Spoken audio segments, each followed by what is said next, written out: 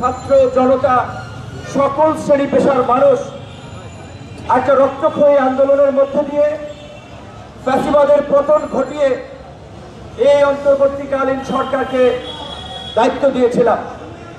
সেই সরকারের প্রধান আজকে আমাদেরকে এই রাস্তায় নামতে বাধ্য করেছে।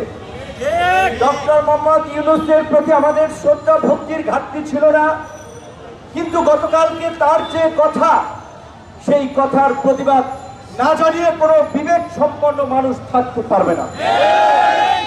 তিনি আন্তর্জাতিক ক্রাইসিস গ্রুপের মিটিংয়ে বলেছেন যে আওয়ামী লীগ নিষিদ্ধ করার কোনো পরিকল্পনা এই সরকারের নাই। বন্ধুগণ, আপনাদেরকে মনে করিয়ে দিতে চাই, অগস্টেই এই আলরাজির সামনে মঞ্চ করে আমরা আওয়ামী লীগ নিষিদ্ধের দাবিতে প্রোগ্রাম করেছিলাম, জেলায় জেলায় প্রোগ্রাম দিয়েছিলাম। এই বছরের 5ই ফেব্রুয়ারিও প্রধান উপদেষ্টা বরাবর জেলা প্রশাসকদের মাধ্যমে আওয়ামী লীগ নিষিদ্ধের দাবি, লুটপাটকারীদের বিচার এবং সম্পদ বাজেয়াপ্ত সহ 5 দফা দাবিতে স্মারকলিপি দিয়েছিলাম।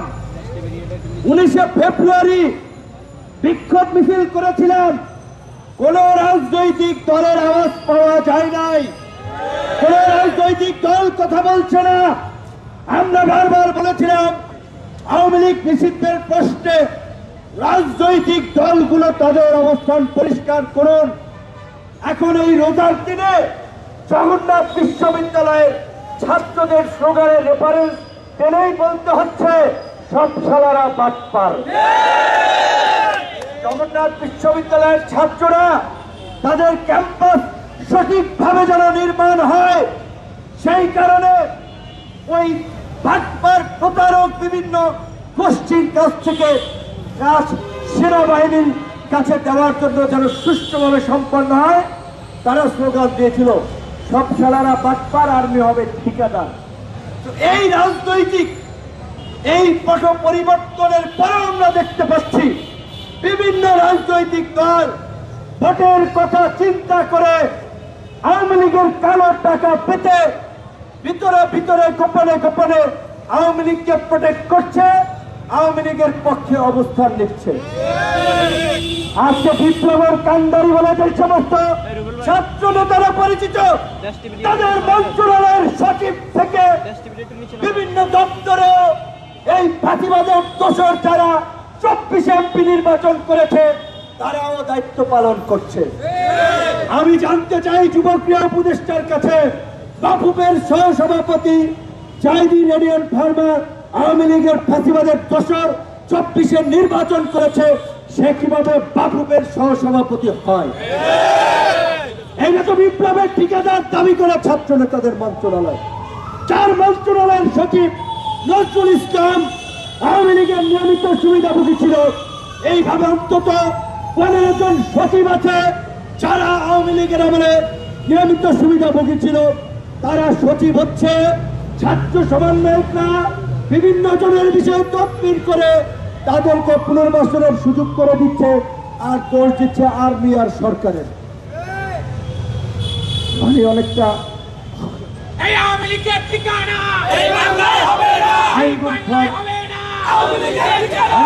এখন পরিস্থিতি দাঁড়িয়েছে আঙ্গুর ফল না খেতে পেরে টক। সরকারের কাছ থেকে সুবিধা নিয়ে সরকারের উপরে তারা খবরদারি জারি করে পার্টি গঠন করে তারা আজকে হাসিনার মতো আরেকটা ফ্যাসিস্ট পার্টি হতে চায়। যেই কারণে আজকে তারা আর্মি নিয়ন্ত্রণ করতে চায়, পুলিশ নিয়ন্ত্রণ করতে চায়, রাজনীতিবিদদের মধ্যে বিভাজন তৈরি করতে চায় এবং দেশে নৈরাজ্য তৈরি করতে চায়। এবং তাদেরকে সহযোগিতা করছে কিছু তথাকথিত বুদ্ধিজীবী এবং তথাকথিত বিপ্লবী নামে কিছু হটকারী লোকজন। আপনারা দেখবেন, ন্যারেটিভগুলো দেখবেন, বয়ান দেখবেন, বক্তব্য ফলো করবেন। আমরা বলছিলাম ছাত্র জনতা, সামরিক বাহিনী, পুলিশ প্রশাসন, সমস্ত জনগণ অন্তত একটা পর্যায়ে এক বিন্দুতে এসে মিলিত হয়েছে বিদায়ী এই গণ অভ্যুত্থান সফল হয়েছে।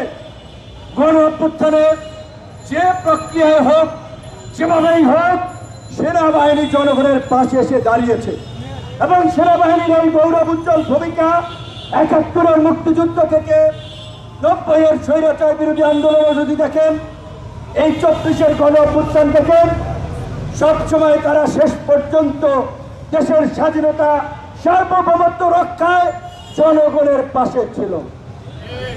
৭৫-এ ৭ই নভেম্বর সিপাহী জনতার বিপ্লবের মাধ্যমে জিয়াউর রহমান মুক্ত না হলে বাংলাদেশ যেমন একটা সংকটে পতিত হতো।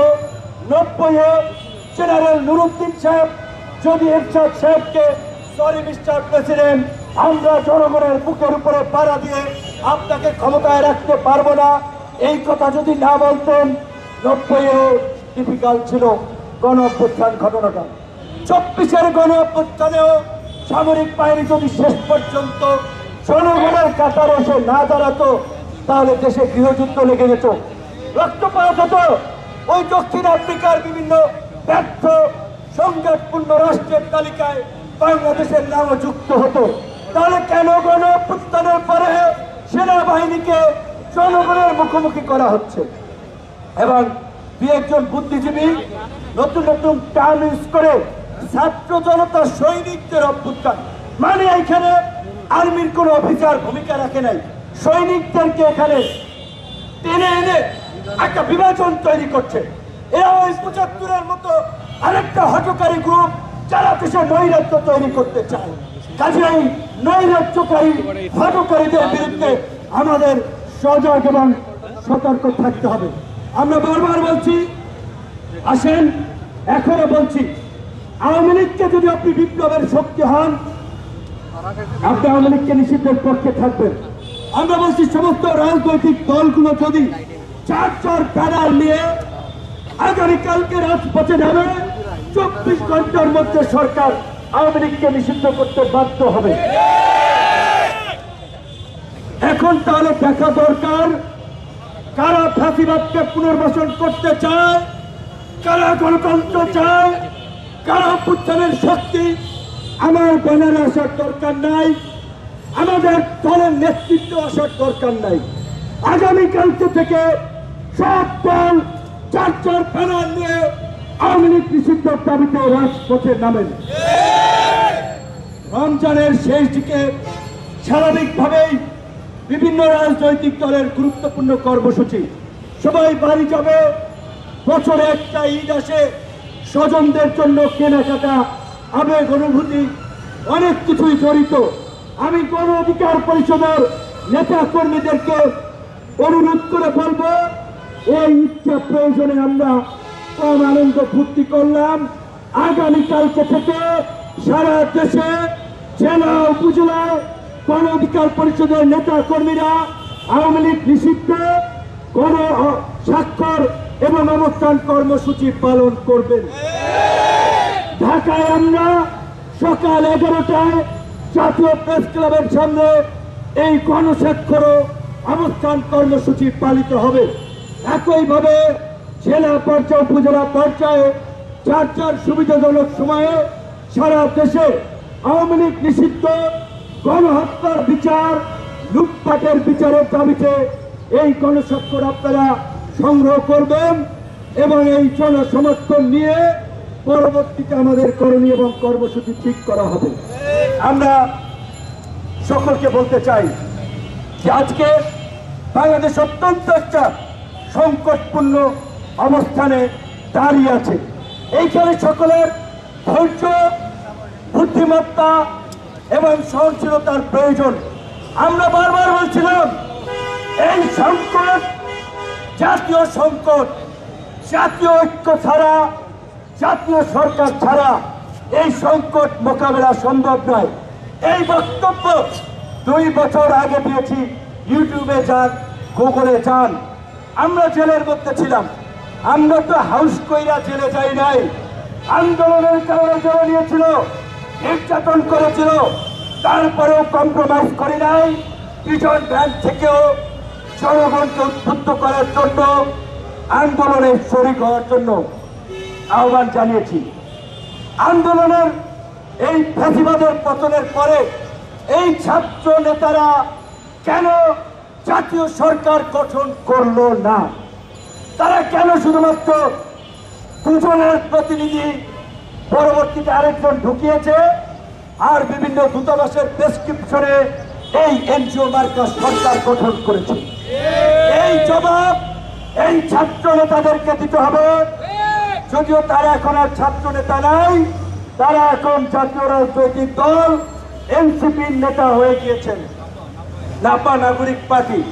কাজেই এই নাপার নেতাদেরকে দিতে হবে তারা কেন জাতীয় সরকার গঠন করেন নাই। আর আপনারা যদি বিপ্লবের প্রকৃত চেতনা ধারণ করেন, সরকারের থেকে সুবিধাবান ভাওতাবাজি রাজনীতি না করে জনতার কাতারে এসে রাজপথ থেকে আপনারা আওয়ামী লীগ নিষিদ্ধের দাবিতে আন্দোলন করেন, আবার কাঁধে কাঁধ মিলিয়ে জুলাই গণ অভ্যুত্থানের মতো বাংলাদেশকে আওয়ামী মুক্ত করি। কিন্তু ক্ষমতার চেয়ার বড়ই মহব্বতের চেয়ার, বড়ই ভালো লাগার চেয়ার, একবার ওইখানে বসলে আর কেউ ছাড়তে চায় না। যেই লঙ্কায় যায় সেই রাবণ হয়। আপনারা দেখেছেন ছাত্র নেতৃবৃন্দের মধ্যে এখন নিয়োগ, তদবির, ঠিকাদারি, বিভিন্ন প্রতিষ্ঠানকে দেওয়া, এমনকি তারা এখন সরকারের যে স্থানীয় সরকার সেই প্রশাসনে নিজেদের লোককে বসিয়ে দল বানাতে চায়। তো তুমি সরকারে বসে ভাইরা দল বানাবা, আর বাকি রাজনৈতিক দল চেয়ে চেয়ে দেখবে তোমাদেরকে দল বানানোর জন্য সমস্ত রাজনৈতিক দল রাস্তায় নেমে আন্দোলন করেছিল। সময়ের 1 ফোর, অসময়ের 10 ফোর। একটা সময় আছে, অবশ্যই তরুণরা রাজনীতি করতে হবে, দল করা দরকার, অভ্যুত্থানের পরে আরো 2-4টা দল হওয়া দরকার। এক্স আর্মি অফিসার দল করেছে, করতেই পারে, ছাত্ররা একটা করে আরো করুক, কিন্তু তাদের যে ইন্টিগ্রিটি, তাদের যে অনেস্টি মানুষ প্রত্যাশা করেছিল সেটার সাথে তারা বেইমানি করেছে। ইতিমধ্যেই তারা নায়ক থেকে খলনায়কে পরিণত হয়েছে। কাজে আওয়ামী লীগকে নিষিদ্ধের দাবিতে ডাবল স্ট্যান্ডার্ড গেম কেউ না খেলে আমরা গণ অধিকার পরিষদের মতো সকল রাজনৈতিক দলকে রাজপথে নেমে আওয়াজ তোলার আহ্বান জানাই এবং প্রধান উপদেষ্টা সহ এই সরকারকে পরিষ্কারভাবে জানিয়ে দিতে চাই, এই গণ অভ্যুত্থানের প্রকৃত মাস্টার মাইন্ড কারা, কিভাবে এই আন্দোলন কোথায় কিভাবে হয়েছে সেটা 18 থেকে এই কোটা সংস্কার থেকে রাষ্ট্র সংস্কার আওয়াজ উঠানো তরুণরা জানি। কাজে আপনারা যদি তরুণদের এই আন্দোলনের স্পিডের সাথে প্রতারণা করে কোন ফর্মেটে আওয়ামী লীগকে ব্যাক করানোর চেষ্টা করেন, আপনাদেরকেও গদি থেকে নামতে হবে। কাছে এইটা জেনে রাখেন, শুধুমাত্র সরকার অকার্যকর হবে, দেশে স্থিতিশীলতা আসবে না, সংকট ঘনীভূত হবে। এই কারণে এতদিন কোনো ওইভাবে জোরালো কথা বলি নাই, সরকারের বিরুদ্ধে রাস্তায় নামি নাই, বরঞ্চ যারা আন্দোলন করছে মিডিয়ার ভাইরা সাক্ষী, তাদের আন্দোলন থামাতে তাদের সাথে সরকারের সমঝোতা করার জন্য কথা বলেছি, বুঝিয়েছি। কিন্তু সরকার আমাদের সেই দুর্বলতাকে কাজে লাগিয়ে তারা যদি বিদেশি প্রেসক্রিপশনে ভারতের সাথে সমঝোতা করে আওয়ামী লীগকে রাজনীতিতে ফিরিয়ে আনার চেষ্টা করে, তাহলে এই সরকারকেও তল্পিতল্পা বোঝাতে হবে। সবাই ভালো থাকবেন, ধন্যবাদ। এখন Immigration to Canada. We provide the best quality service and solution for Canada immigration. Please visit our website and contact for details.